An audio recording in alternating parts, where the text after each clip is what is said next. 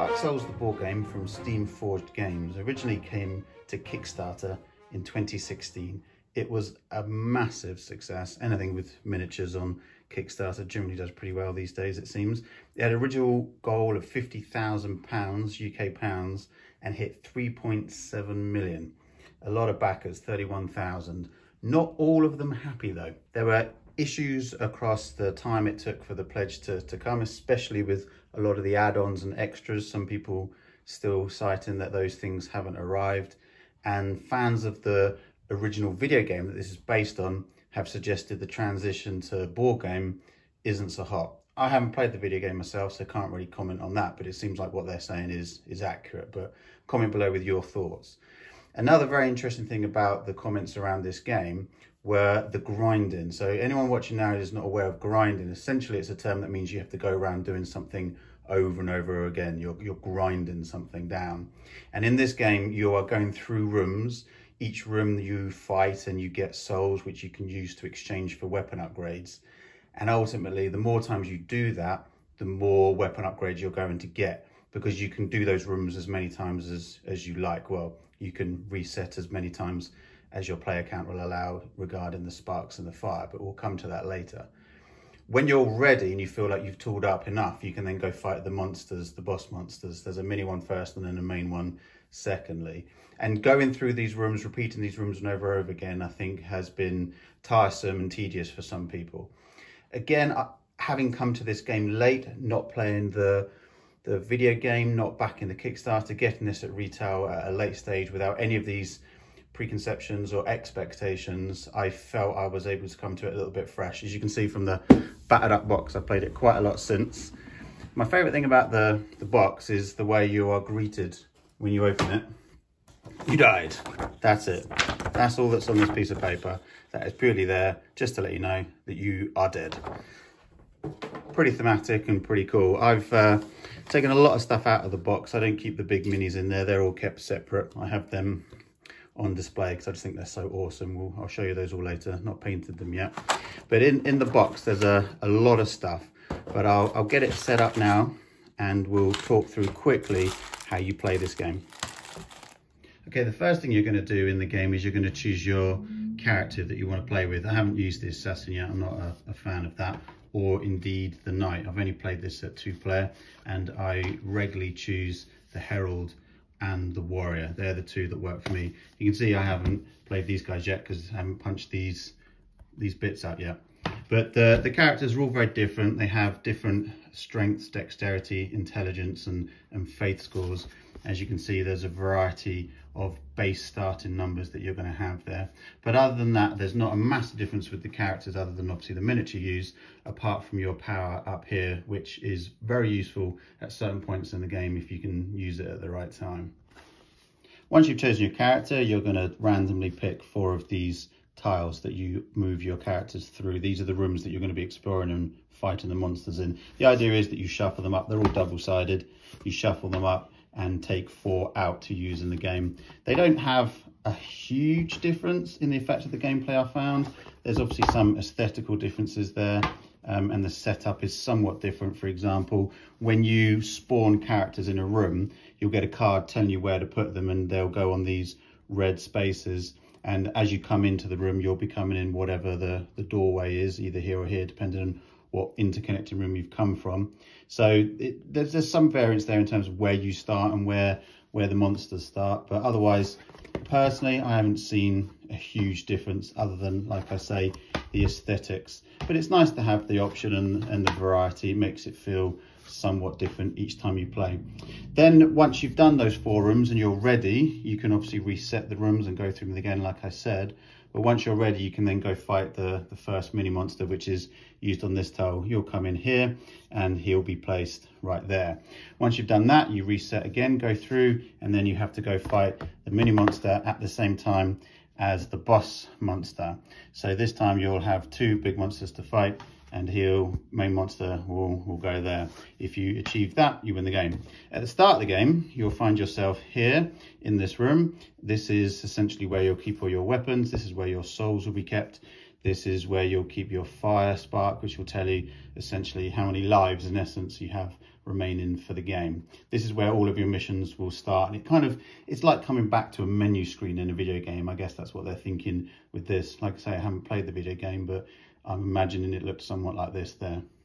The next thing you're going to want to do is choose which mini boss you want to face in this game. That affects not just the mini boss that you're fighting, obviously, but also the setup for the rooms, as I'll show you in a bit. This guy is the Titanate Demon. You've also got here the Winged Knight, one of my particular favorites. You can see in the rulebook it comes with clear explanations of what you got to do when you bring these guys into each of them. You've also got the Gargoyle here. This is my kids' favorite. They love this character here, and this is the one that I probably choose the most, the Boreal Outrider Knight. I just find this one, for me, I don't know why, easier to win against. Then once you've gone through the rooms, defeated that, you'll then choose your main boss that you'll also have to fight at the end too. This guy here is the Dragon Slayer, Ornstein. He's a pretty cool mini. My kids find his chin somewhat entertaining. They call it the double boobies man. I like his massive hammer. That's pretty cool. And then finally we have the Dancer of the Boreal Valley. All very cool minis. Obviously, as you see, I haven't painted them yet, but I've seen some jobs that people have done with these and they look awesome when they're fully done. I'd like to get that done at some point. Once you've chosen who you want to go with, you need to then find the cards that suit that boss. It's all very simple. You can see, let's say we choose the Gargoyle. You just look at this symbol here and find the cards that match that up. All very simple. The iconography in this is all incredibly clear. This is the card that tells you how you set up the game, and then these are the cards that you'll use when you eventually come to fight this monster. So very simply, all you're really looking at for this point is the symbols down here. So you're going to have 3 of your rooms as a level 1, this one symbol here, 1 room with a level 2, and you won't have any level 3. Those symbols, as you can see, correspond to the back of these cards. You've got your level 1s, your level 2s and your level 3s here. So you just choose randomly what you need. So in this case, 3 level 1s and 1 level 2. You'll place them randomly face down in the middle of each of the rooms you're going to have. And then when you go into them, you'll simply flip them and place the appropriate enemies on the right space. So here you're going to have 2 of these guys, which again is very simple. You just match the icon from here to here. So this tells you it's the Hollow Soldier. You'll have 2 of those placed on this symbol here. That will be on every single tile that you go into. And then another one of the same guys, another Hollow Soldier, will be placed there. You'll also in this particular room be placing 1 barrel on this space and 1 treasure chest in this place. Barrels basically just block parts of movement throughout the room. You have to use extra stamina to get through them. Treasure chests do a similar thing, but at the end of the game, if you win that room, which you're going to, you will then be able to draw 2 extra cards from the item deck to tool up a little bit more. Then obviously you're going to want to get your character that you're going to be playing with, your particular mini. You can see here that in this box you've got a ton more minis, the brown ones being the heroes and the greys being all the bad guys you're going to fight. So take whatever character corresponds to the board that you've chosen and place it here in the starting tile. Again, if you're unsure which one that is, you can simply look in the rule book. So here, as you can see, I've chosen the Herald, quite clearly labeled here with the name there. In the front of the rule book, you can see the Herald is this guy. You can see that this is his symbol on all of his cards. This is his character. It's all very simple. All the iconography is very good. You place this here in the room, ready to go out. First of all, we need to tool up. So you need to remember the symbol for your chosen character and find the cards, the item cards that match that. So there should normally be 4 of those here. As you can see, that symbol is matched here.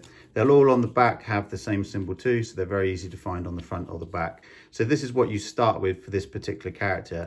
You're going to have a shield, a talisman, some armor and a spear. Pretty standard setup for each character. There are some variations for each, but I quite like this guy's variety for his starting setup, which is why I pick it. I'm not going to go through all of the rules today. The point of this video is to show you how more simple this game is than some may think, but ultimately on these cards, all you're really looking for is a few things. First up, you're looking to see what range. Obviously this is a shield, so it has no range, whereas this being a talisman and this being a spear, they have a range. So you can attack somebody here from a range of 1 space, nodes as they're called in this game, or 2 spaces here. Then you're going to be looking to see how many hands you need to be able to hold this particular weapon. So here you can see you could equip both of these if you wanted to, because each only needs 1 single hand to hold it. There are some double-handed weapons. Here, obviously, you've got 3 weapons, so you need to make a choice, but you do have a backup slot. The next symbol, of course, is going to be your armor here, which tells you just simply place that into your armor slot. The other thing you're looking for is the characteristics needed in order to use these items. This tells you here, these symbols here, the strength, dexterity, intelligence, and faith, that will match up with the items and symbols here across your character setup. The ones that you start with you can all use, but later in the game when you acquire more, you're going to need to check whether or not you have the high enough score, depending on what tier you're in, to use that particular item or weapon. The only other thing you're going to be looking for here is what it actually gives you, and that's shown here on the bottom. So you've got these 4 symbols here that's simply going to tell you how many dice you get to roll and what color type of dice you get to roll, depending on what it's for. So this first one here is for shield, for example. So this armor will mean that you get to roll 1 black dice every time you're attacked if you choose to use the block option. Or conversely, here you'll have your magic defense. Here will be your dodge option. You have 1 dodge with this, which essentially is rolling 1 dodge dice, the green ones. That's instead of trying to shield against an attack, you're trying to dodge it. It gives you movement too, so it's quite handy, and it's essentially a 50-50 roll of the dice. You either dodge it or you don't dodge it. But sometimes you'll need to roll 2 dodges or higher to evade the bigger attacks. And at the end, this number here, all of which say 0, is how many upgrades this particular card can hold. So later in the game, you get more powerful cards where you can slot underneath it, like I've done here, extra upgrades that will give you extra dice to roll, or extra scores, or poison, or lots of different things to do. So put all of these into the relevant slots here on the board. You'll add 1 little white cube here to show that you're on the base level because you haven't upgraded yet. You'll place a token across each of these 3 spaces here, and I'll explain what they do now. On each of the character boards, no matter which one you choose, there'll be 4 spaces to add little flip tiles. The first one here on the left is something that you don't start with. That's something that you're looking for in the deck of cards. It's essentially embers. Embers will reduce the amount of attack points that you'll take when you're struck by one of the opponents. But as I say, you don't start with that. On the top will be your heroic action. This is a special limited ability that can be used in encounters by each of the characters. So for the Herald, it essentially is an opportunity to reduce your stamina. That sounds bad, but reducing stamina is getting rid of stamina used rather than making your stamina go down. You then on the bottom have your Estus Flask. This is essentially an opportunity to reset all of your health and stamina back to 0 if you're about to die. And on the right is your luck token. This is a chance to re-roll any one of your dice in an encounter if you don't get what you want. Once these are used, but you get to reset them whenever you go back and rest at the bonfire. So we've talked about the bonfire a few times. Let's show you what it is. Essentially, this is the way that determines how many lives you've got. In the game, they call lives sparks. It's preset by how many players are playing the game. In a 4-player game, 2 sparks, 3-player, 3 sparks, 2-player, 4 sparks, and in a 1-player game that I'm setting up here, you'll start with 5 sparks. Each time you want to reset the rooms, you come back here, you move the spark token down by 1, all the rooms reset, you can flip over all the tokens that you've used before, and away you go. That also happens each time you die, of course. This is simply placed here onto your starting board. So with your character board all set up with my starting base strength, dexterity, intelligence and faith tiles in place, and all of my tokens and cards in place, the next thing you do is going to set up the deck. So you're going to add to that a couple of cards which on the back will be harder to spot because they have the same symbol on the back of the normal items, but here you'll notice this item is specific to the Herald. It has my character symbol there. So I'll simply add these in to the bigger deck, shuffle them in. There are a lot of cards in the base deck, so adding your character's specific cards into it will mean it's quite hard once these are shuffled up for these to be found, but the cards will be flipped and you will be revealed quicker than you might initially think. These cards are acquired by attaining souls. You get souls each time you win a room and defeat the characters within that and return back to your starting base. For most games, you won't start with any souls, but for a single player game, because they need to equal it out a little bit because you won't have any characters helping you, obviously, you start with 16. So let's take an 8, a 3, and a 5. These can be instantly spent at the start of the game to either upgrade your character's tiers or to get more cards. At this point in the game, you get to make a choice whether you want to spend these souls or not, and really, you're going to want to do that. Your only real choice is whether you're going to spend it to upgrade your character's tiers or flip more cards and equip them into your initial starting armor and set up for weaponry. I like to get some cards first because otherwise you don't really know what tiers you're going to be needing to set up because you don't know what cards are going to come. This is the huge randomness of the game that some people don't like. I particularly do quite like it. It does mean some games are really hard, potentially unwinnable, but that's part of the fun for me. Not everything should be easy, and I do like the randomness. So let's spend 3 souls to start with and flip over 3 cards and see what we get. The first thing you're going to be doing here really is seeing what character attributes you need to hold each of these things. So let's take a look at this claymore here as a weapon. This needs to have 30 strength and 26 dexterity in order for my character to hold it. That would require 2 upgrades from my strength. I'm currently on 12. Tier 1 would take me to 19. Tier 2 would take me to 28. Tier 3 would take me to 37. So sorry, that's actually 3 upgrades in order to hold that particular weapon.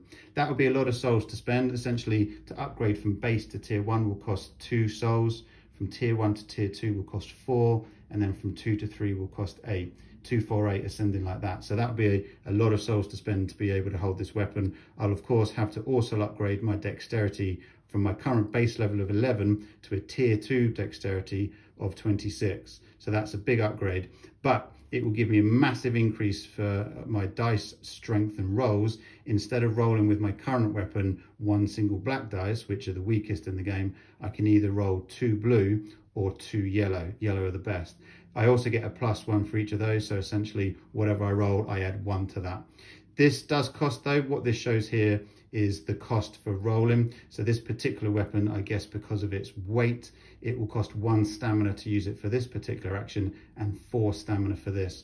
But what you'll find with the first few rooms you're facing is that's not a big risk to take, because if you were able to hold that weapon and use it, this roll here probably, I mean this as well alone, would be enough to take out most of the monsters you're going to be fighting in 1 turn. So spending a lot of your stamina to use it isn't going to be too much of a problem. But big issue with this particular card is the amount of upgrades I need to do to be able to use it. This one is a little bit more available for me. I have the available dexterity. It doesn't need any strength. For intelligence, I need to upgrade twice, so that would be 2 + force for a total of 6 souls, and there is no faith needed. But this gives me the opportunity to use this particular symbol here, which I quite like, and I'll talk you through now. So in the rulebook, you'll see that there are certain conditions that can be added to each attack. There's either the bleed, the poison that we've just seen, frostbite, or stagger. I won't take you through them all now, but I'll just explain poison, seeing that's on the card here. But they're all very simple. Essentially for poison, at the end of that particular model's activation, if it has a poison token on it, it will then suffer 1 damage. Essentially, it's a guaranteed hit. The other cool symbol here that I like is this one here, which says you can attack every single monster on the same node, nodes being just the spaces on the boards. So this is an opportunity to have a guaranteed hit on every single monster on the single space. This is a cool second weapon to have. I quite like that. What we've also got here is an item that I can get for 1 particular upgrade. As you can see, it's got 0 strength and dexterity needed. It has a faith of 12 needed. I start with 13 for my herald, and the intelligence is 12, which would be 1 upgrade for me. So I could get this for the cost of 2 souls. This then gives me the opportunity for all of my attacks to be a magical attack. This is quite good for earlier on in the game, because most of the monsters you're fighting have very minimal magical defense. And then for 2 stamina, I can have a gain +1 for all of my damage and be a magical attack. So a pretty good opportunity to essentially make whatever weapon you're using in your other hand a great magical weapon. But since this is a solo game and I start with 16 souls, let's spend 5 more. Why not? And get 5 more cards. It's fun to see more cards. So here we've got the Sorcerer's Staff, another double-handed weapon with some pretty cool options here. This says that it is a magical attack with a range of 3. Hopefully these cards are starting to make more sense to you as we see them now. This rapier is a really cool sword. I quite like this one. Quite light to hold, as you can see here. There's 0 strength needed. It gives you a +1 for your base attack, which has no stamina needed in order to use that. But for a 3 stamina use, which isn't that much, you get to roll 2 blues. That's going to be enough to fight most level 1 bosses. This cool here, it shows you the upgrade symbol. We've got 2 of these here. This symbol here shows you it's an upgrade. You'll either have an upgrade to a weapon, you can see, or an upgrade with the arrow going up for armor. I haven't got any of those yet in the game, but essentially it'll be an up arrow with an armor symbol rather than this. So we've got 2 different types of upgrades. This one here, you can slide underneath any card that has something like this. So here, this could hold 2 upgrades, this could hold 1. So this might be a nice way to combo this particular card, for example, if I could upgrade to the required attributes and add these 2 to it. What this will do is this will mean that this attack becomes a magic attack. Like I said earlier, that's good for some monsters you're fighting that have a lower magical defense than they do for a normal attack. And then this one gains an extra black dice. So if I comboed this with this, for example, and I added this to it as well, which I can do because this allows for 2 upgrades. If I were to spend 3 stamina, I would roll 2 black dice, 1 blue dice, and it'd be a magical attack. That's a nice little combo to start with. I might see if I can level up my character to hold this. Okay, so this is a great example about where you can get a bit excited. As you can see with this weapon, I need a strength of 20, a dexterity of 20, and an intelligence of 20, and a faith of 20. That would require not just 1 upgrade, but 2 upgrades for every single one of my tiers, which I can't afford to do. It'll be 2, 4, 6, 8 just to get everything up to tier 1, and I've only got 8 souls now. It would then be another 4, 8, 12, 16 souls in order to get it to level 2. But this is definitely something that I can store and potentially use for later. Once you've done this, you've spent your souls, you've done your upgrades, you've got the weapons that you want. Once you've done your upgrades, you've got the weapons that you want, you're then ready to turn over the first room. So in the game, you'd have typically your 4 room tiles laid out in a grid coming out of your starting space. But just for ease of table setup here, I'm just going to show that first room on its own. So you'll come into it from whatever is the closest doorway. So in this case here, and I've got the choice to start on any one of these nodes next to the wall. If there's a space like this, obviously I can't start there because there's probably going to be a monster that will spawn there. So my choice is here or here. I'll go here because I don't want to start immediately next to the bad guys. They, in every single game of Dark Souls, will always activate and start first. I'll then flip over this card, which has been randomly assigned by the monster I chose at the start of the game, like we talked about, and add whatever is needed into this room. So in this case, we're looking for a Silver Knight Swordsman. That's this one here, which is this character here. All of this is very clearly shown in the rule book if you're unsure what these symbols mean, but it's all very simple. Again, like before, you're just looking to match the symbol on the cards here. So as you can see here, this is your Silver Knight Swordsman. He will be placed on the icon of its particular sign there. So on this single sword here, facing me, ready to attack. We're then going to place on the double sword symbol here 2 of these guys. So you match this symbol up to the cards, which is this one here, you can see is the Hollow Soldier. So I'll have 2 of these characters here placed on this node, ready to attack me. Like I said, these guys go first, and so I need to prepare myself for attack. The only last thing I need to do with this room, as you can see, is add a treasure chest onto this node, which I'll simply place there. I can't do much with that at this point in the game. It essentially blocks that node's path for easy progress. But at the end of this room, if I defeat all of these monsters, which hopefully I will, I'll be able to open that up and get 2 extra cards, potentially finding more items or weapons. As I said, the monsters go first, and it's really simple how it works. These cards that you've taken will show you how it goes. There's a score here at the top for initiative. That's how I do it. So this guy's 7, this guy's 5. So the Silver Knight Swordsman for me will activate first. There's a lot of stuff and symbols on here, but very simply, are they going to move? Yes, they're going to move 2 and they'll move forwards. For this particular guy, 2 and forwards. Don't worry too much about all the other symbols. I just want to make this as easy as possible. So you just move as close as you can towards you. Each of these characters in turn, they will all move. This character obviously moving twice, these characters moving 1 time. So the Silver Knight Swordsman, he's going to attack you 5 with a push. So you have a chance to either try and defend yourself against that with whatever defense dice you have, or try and dodge it with whatever dodge dice you'll have. This will need a dodge of 2 though. These guys, they're going to attack you 4. There's only a dodge of 1 against this, and obviously it's a lower score. So if I can survive this, it will then be my turn. These are my current star cards. I didn't actually upgrade anything. I thought I'd go into these first few rooms and use these start and set up and see how it goes. And as you can see, I've only got 1 dodge. So using that dodge against the Silver Knight Swordsman isn't going to help me a lot because I need to roll 2 and I can only roll 1 dice. And the dodge never give you a chance for 2 dodges. It's either 1 dodge or no dodge. So that might be something I use against the Hollow Soldier's attack, where I only need 1 dodge to defend myself against that. But for the Silver Knight Swordsman, what I'll do is probably use my defense, whereas you can see I have 1, 2 dice that I can roll there. It's unlikely I'll roll enough to defend myself against the full attack, but I'm fine at this stage to take some damage. So 2 black dice against an attack, a push attack of 5, minus the 2, I take 3 damage. So on the board here, you'll see I'll simply just add 3 damage into the space here. When I add my stamina later in the go, I'll add that from the left here.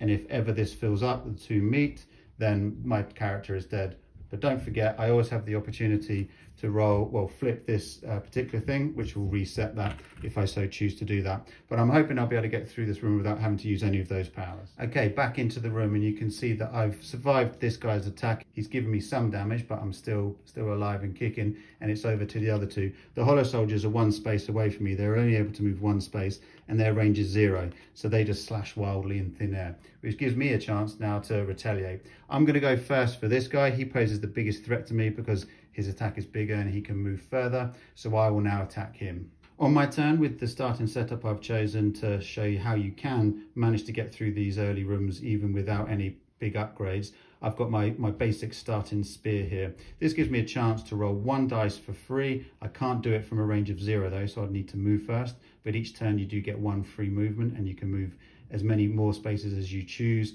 by just simply spending 1 stamina.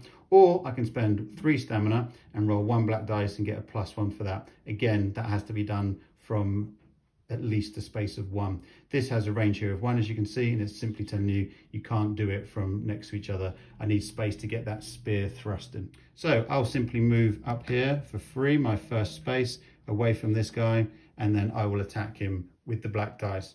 I'm going to choose to go for the extra roll where I'll spend 3 stamina, which will still only roll me 1 black dice, but I get a +1 to it. As you can see with the Silver Knight Swordsman, he only has a health of 1, so that's all I need to get rid of him. But he has pretty good armor for a low level boss of 2. This is your magical defense, this is your normal defense. This is a normal attack, so I need to get through that. So in able to defeat this character, I need to roll a 3 or higher, which is going to be difficult with a dice where you can only roll a 2, but I do have a +1, remember.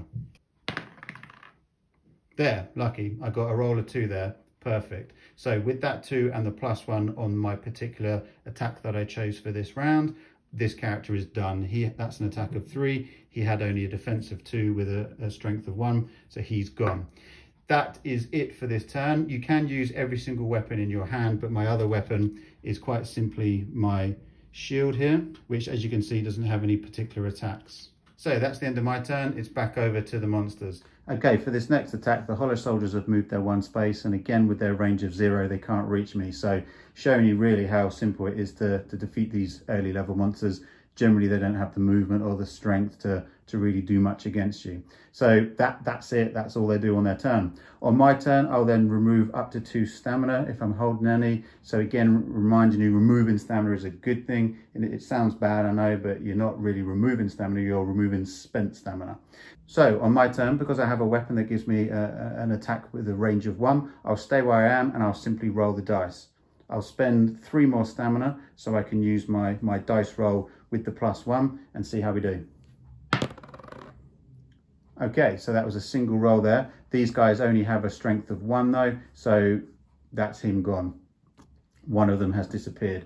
Like before, I don't have another turn to attack with because I only have 1 attack weapon, but I think I'll spend 1 more stamina. Well, no, I haven't moved yet, so I'll use my free movement to move back here to keep out of range on their turn.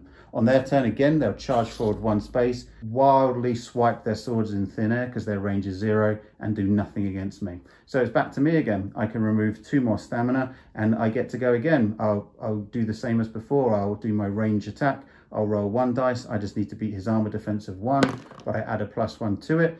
There you go, he's gone, and that's the room done.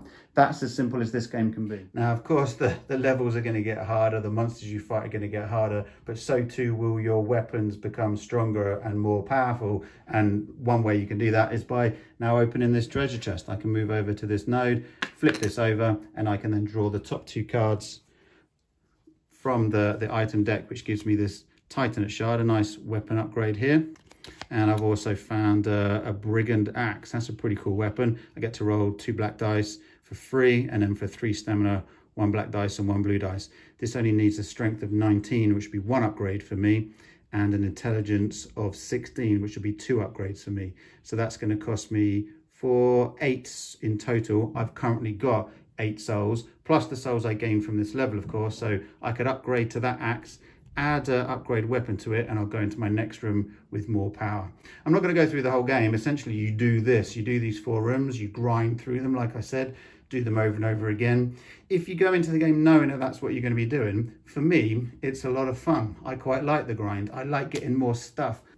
I like revealing more cards from this deck and finding out what other juicy things we're going to find. I find it really exciting to level up my character and get more weapons and more items and get the perfect character. You want to be ready to go into that final, well, the first boss room with a character with decent armor that's leveled up, with decent weapons, with cool extra backup items. I find that process fun. If you like that idea of leveling up your characters, and yes, you're going to have to do the same rooms over and over again, but it's quick, it's fun. It will become easier as you do those rooms for the second, potentially the third and fourth time. Your character will have better weapons and will be stronger. So it's just fun how simple it is. You get to destroy these monsters, and then you get to go into that final boss level with some confidence that you might stand a chance against them.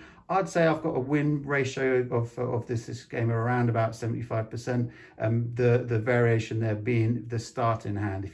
If you don't get a good starting hand, I can sometimes find that things don't go so well. And what I mean by that is with those first cards you're turning over to upgrade with, a little bit like what I did today, you don't get the things that you need. But what I've shown you is that you don't necessarily need to upgrade for those first few rooms.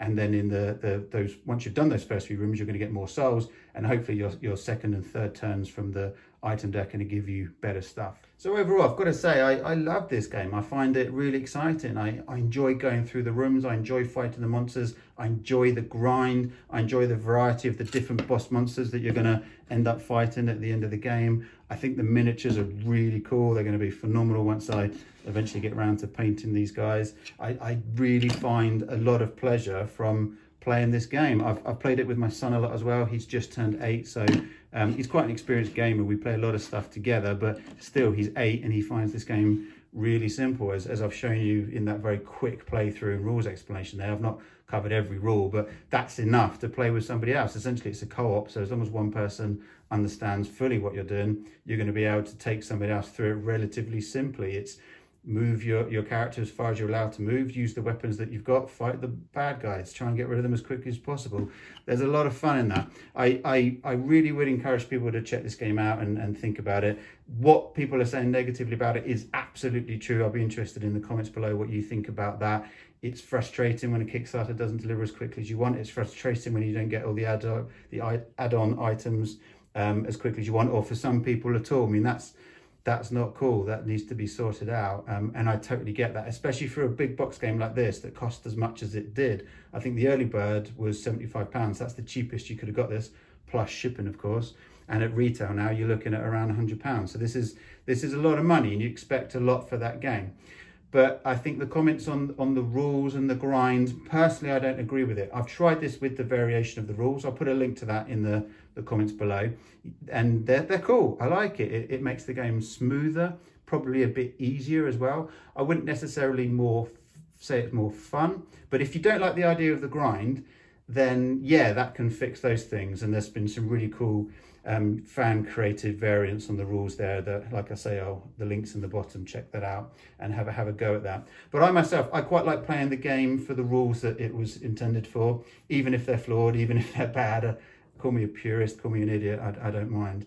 But I honestly, I like the game. I like the game like that. I honestly can say I prefer it with those base rules because I like the grind. I think that's the key thing here. The comments negatively at the grind are true. And if you're not into that, if you don't want to do that, then do not play this game. I think my first game for this, when I played it solo, took me 7 hours. That was obviously with learning the rules, going through the rule book. There's a lot of stuff to pick up. I definitely didn't rush it. I took my time. I enjoyed the process. But 7 hours for a solo first game is obviously quite a lot. But if you're thinking when you hear this, that sounds my cup of tea, then this could be the game for you. If you don't like the grind, then there are rule variations for that, but I'd suggest there's probably better games out there rather than get this one and make it work for you. There's better games that don't have that sort of thing. But yeah, I'm not a fan of the video game. I don't particularly have the same feelings of negativity towards it due to the Kickstarter experience, because I didn't go through that, but I have a lot of sympathy for those that did. I'm in the same situation with other Kickstarters, so I hear that. But coming in very blindly to this game, I've got to say I'm pleasantly surprised. I really like it. It's my son's favourite game. I mean, what 8-year-old isn't going to want to play with these kind of cool miniatures? And we've had a lot of fun exploring these rooms, fighting the bad guys, and seeing whether we can get through to those final boss monster levels and take them down. So yeah, a lot of fun to be had. A lot of more rules to look at. I'll put some links below of some of the cool videos I found that will do a better job than me, particularly understanding the rules of fighting the monsters. There were some videos I watched that helped me with that. But for an intro into the game, for a quick understanding of how this could be for somebody who hasn't really looked into the game too much, I hope that was useful. Let me know what you think in the comments below. If you like this video, please do like and subscribe. We normally just talk to people involved in the game industry on this channel. We do the odd review, the odd playthrough, but this is more about talking to people. But I like to do the odd video like this when there's a particular point I want to make here. And the point for me is I like Dark Souls, and that's it. Anyway, happy gaming, everyone.